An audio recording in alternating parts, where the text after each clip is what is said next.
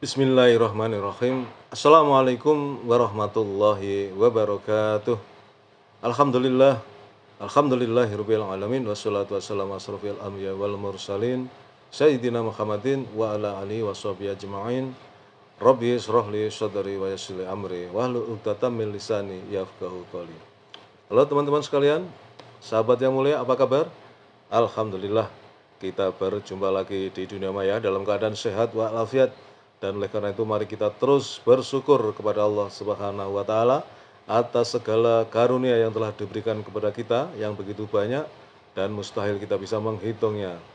Di antaranya adalah karunia kesehatan, karunia kesempatan, karunia umur panjang yang barokah, dan tentu karunia yang paling agung adalah karunia iman dan Islam. Karena dengan keduanya itulah kita akan selamat fid dunya wal akhirah. Dan selanjutnya mari kita bersolawat kepada baginda Rasulullah Muhammad sallallahu alaihi wasallam. Allahumma sholli ala sayyidina Muhammad wa ala ali sayyidina Muhammad. Teman-teman sekalian, alhamdulillah saya bisa hadir lagi untuk melanjutkan membacakan buku Sirah Nabawiyah, buku tentang sejarah kisah perjalanan kehidupan baginda Rasulullah Muhammad sallallahu alaihi wasallam. Dan khusus di bulan suci Ramadan ini ya, hari ini kita sudah mulai melaksanakan ibadah saum. Ya, meskipun sebagian teman-teman dan saudara kita baru mulai besok, tetapi saya termasuk yang melaksanakan hari ini. Jadi tadi malam saya sudah melaksanakan taraweh. Untuk program pembacaan buku Sirah Nabawiyah ini, waktunya saya geser ya. Biasanya ba'da subuh, saya geser di waktu duha ya, sekitar jam-jam 9-10 seperti sekarang ini. Karena saya setelah subuh itu saya tadarus dengan istri saya. Jadi kemudian waktu kita geser, tidak ada masalah. Yang penting the show must go on, nah, ya kan. Jadi tetap jalan terus program ini, program yang sangat bermanfaat, ya. Bahkan saya kemarin lihat iklan di Facebook itu ada seorang ustadz, saya lupa namanya.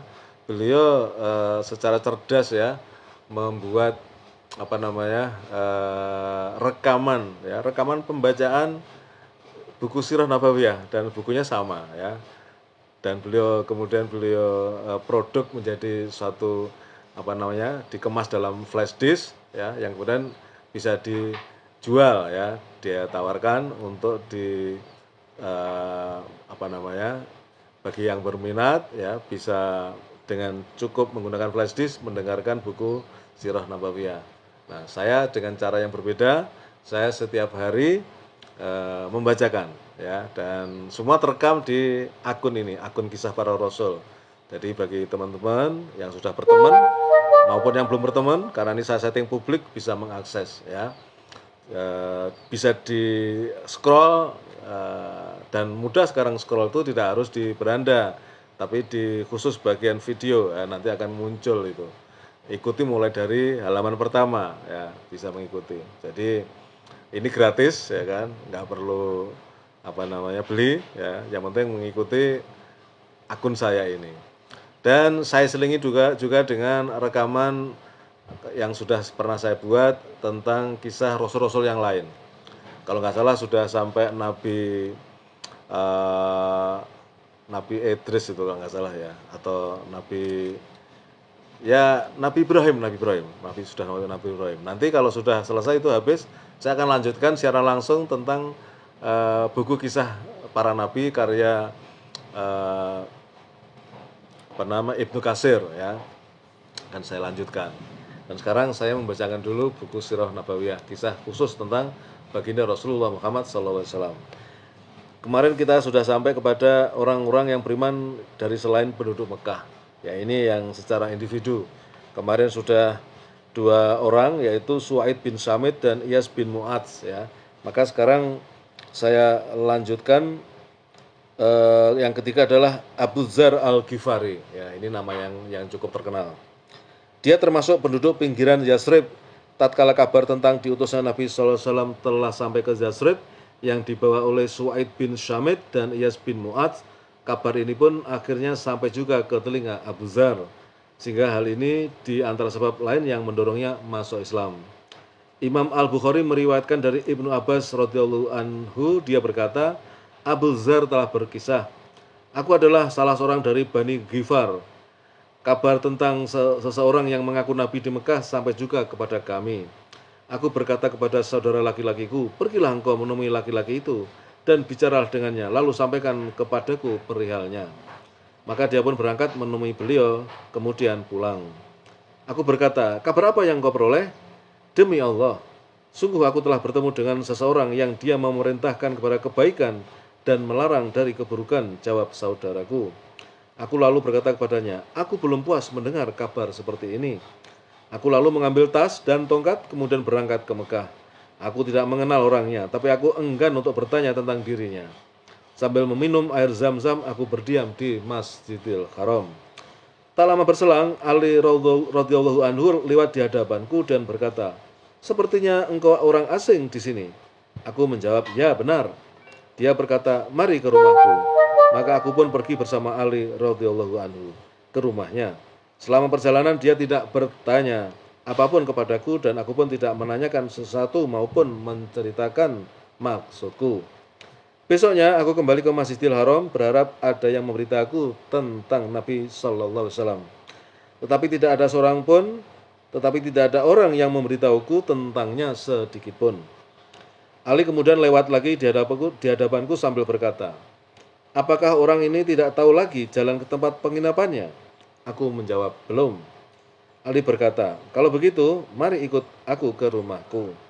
Aku pun mengikuti Ali ke rumahnya. Ali bertanya, apa sebenarnya urusanmu? Dan apa maksud kedatanganmu ke sini?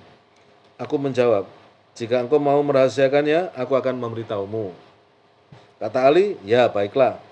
Aku lalu menjelaskan kepada Ali, telah sampai kepada kami berita tentang ada seseorang yang mengaku nabi di sini. Aku pun mengutus saudara laki-lakiku untuk berbicara dengannya. Setelah kembali dan mengabarkan kepadaku perihalnya, aku merasa belum puas. Oleh karena itu aku hendak menemuinya sendiri. Ali berkata, kalau begitu engkau sudah bertindak benar. Sekarang aku sedang menuju ke arahnya. Karena itu masuklah sebagaimana aku masuk. Karena bila aku melihat ada seseorang yang aku khawatirkan akan mencelakaimu, aku akan merapat ke dinding seakan tengah memperbaiki sandalku. Sedangkan engkau terus saja berjalan. Dia pun berlalu dan aku ikut di belakangnya sampai memasuki suatu rumah. Aku juga ikut masuk bersamanya dan menghadap Nabi Sallallahu Alaihi Wasallam. Aku pun berkata, terangkanlah kepadaku mengenai Islam. Beliau lalu menjelaskan kepadaku, seketika itu juga aku langsung masuk Islam. Beliau berkata kepadaku, wahai Abu Dzar, rahasiakanlah urusan ini, kembalilah ke kampung halamanmu. Jika engkau telah mendengar kabar kemenangan kami, datanglah kembali. Aku menjawab, demi zat yang mengutusmu dengan kebenaran. Sungguh aku akan meneriakkan di tengah-tengah mereka. Maka aku pergi ke Masjidil Haram, sementara orang-orang Quraisy berkumpul di sana. Aku berkata, wahai orang-orang Quraisy, sesungguhnya aku mempersaksikan bahwa tidak ada Tuhan selain Allah. Dan aku bersaksi bahwa Muhammad adalah hamba Allah dan utusannya. Mereka segera berteriak, cegahlah orang yang keluar dari agamanya ini. Mereka lalu bangkit dan memukuliku untuk menghabisiku. Kemudian datanglah Abbas menolong dan melindungiku. Dia melerai mereka seraya berkata, celaka kalian. Apakah kalian hendak membunuh orang ini dari suku Ghifar? Padahal jalur dan lintasan pernikahan kalian melewati kampung mereka. Barulah mereka berhenti menghantamku. Keesokan harinya aku kembali ke Masjidil Haram dan menyerukan hal yang sama seperti kemarin. Mereka berseru, cegahlah orang yang telah keluar dari agamanya ini. Mereka lantas melakukan hal yang serupa dengan kemarin. Lalu datanglah Abbas menolong dan melindungiku dan berkata seperti yang dikatakannya waktu kemarin. Wah, ini keren juga ya. Abu Dzar Al-Ghifari ini luar biasa ini. Sama Rasulullah saja diperintahkan untuk merahasiakan keislamannya, tapi beliau tidak mau ya, bahkan langsung mendeklarasikan di tengah-tengah banyak orang di Masjidil Haram di depan kaum kafir Quraisy ya, sampai 2 kali dipukulin untuk ditolong oleh Abbas. Kemudian yang kedua, untuk hari ini tambah 2 lagi ya, untuk hari ini artinya 2 orang sosok yang masuk Islam. Tufail bin Amr ad-Dausi. Dia adalah seorang yang terpandang, penyair ulung, dan seorang kepala kabilah Daus. Kabilahnya memiliki keemiratan atau semi keemiratan di sebagian wilayah Yaman. Dia berangkat ke Mekah pada tahun ke-11 kenabian. Quraisy Mekah menyongsongnya sebelum dia sampai ke sana dan memberikan sambutan dan penghormatan tertinggi kepadanya.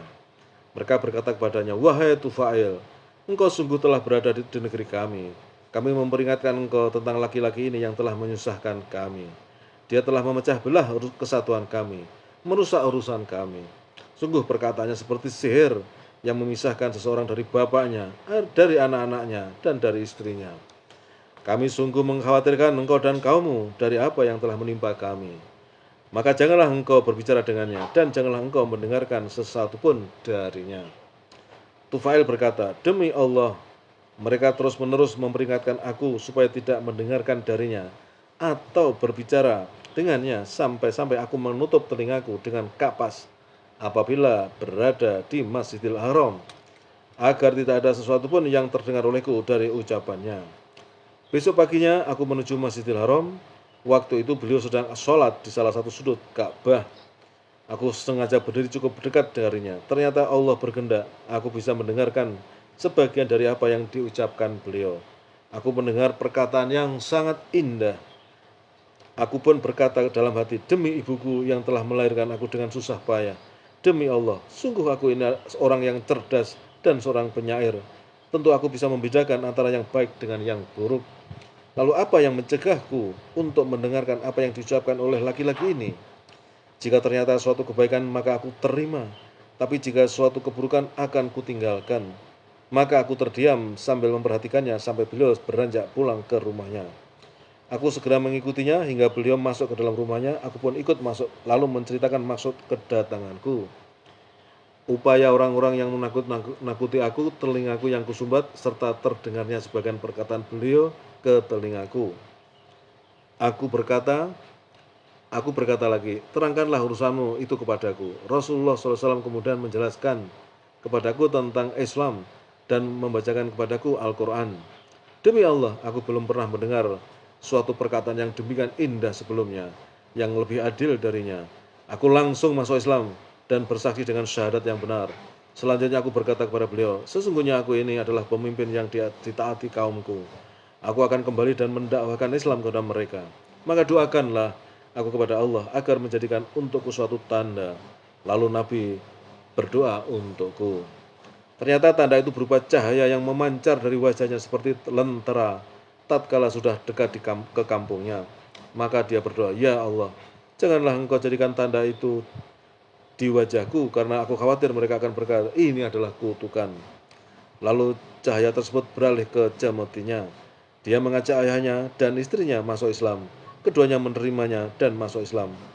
Akan tetapi kaumnya tidak begitu saja menerima Islam, tetapi dia tetap sabar mendampingi kaumnya hingga seusai perang Khandaq. Dia berhijrah ke Madinah dengan membawa serta 70 orang atau 80 keluarga dari kaumnya yang masuk Islam. Tufail memperoleh ujian dalam Islam dengan ujian yang indah sampai dia terbunuh sebagai syahid pada perang Yamamah. Masya Allah. Demikian teman-teman untuk hari ini. Sebetulnya masih satu lagi nih, satu orang lagi, karena kemarin lima individu ya, 5 individu yang mendapatkan dakwah dari Rasulullah dan kemudian menyatakan masuk Islam. Saya lanjutkan, kurang satu lagi ini, karena selanjutnya topiknya berbeda ya. Saya lanjutkan. Yang berikutnya adalah Dimat al-Azdi. Dia berasal dari suku Az-Sanu'ah dari Yaman dan biasa mengobati penyakit. Ketika sampai di Mekah, para tokoh Quraisy yang dungu itu berkata kepadanya, sesungguhnya Muhammad itu orang gila. Dia berkata, sekiranya Allah menyembuhkan penyakit beliau dengan perantaran aku pun menemui beliau lalu berkata, wahai Muhammad, sesungguhnya aku ini orang yang bisa mengobati penyakit ini. Apakah engkau berkenan? Rasul menjawab dengan membaca wahyu. Innal hamdalillahi nahmatahu wa nasta'inuhu wa may yahdihillahu fala mudhillalah wa may yudlilhu fala hadiyalah. Wa asyhadu an la ilaha illallah wahdahu la syarikalah wa asyhadu anna Muhammadan abduhu wa rasuluh, amma ba'. Sesungguhnya segala puji hanya milik Allah. Kita memujinya dan meminta pertolongannya. Barang siapa yang diberi petunjuk oleh Allah, maka tidak akan ada yang mampu menyesatkannya. Dan barang siapa yang disesatkan olehnya, maka tidak akan ada yang mampu memberikan petunjuk. Aku bersaksi bahwa tidak ada Tuhan selain Allah semata dan tiada sekutu baginya. Aku bersaksi bahwa Muhammad adalah hamba dan rasulnya. Amma ba'du. Dimat terpesona mendengarkannya, lalu berkata, ulangilah membacakan kalimat-kalimat tadi untukku. Maka Rasulullah SAW mengulanginya sampai 3 kali. Dia berkata lagi, sungguh, aku telah mendengar perkataan para dukun, tukang sihir, dan para penyair. Aku tidak pernah mendengar ucapan seperti ucapanmu ini. Padahal kami telah menguasai kamus yang sedalam lautan. Ulurkanlah tanganmu, aku akan membayar engkau untuk menerima Islam.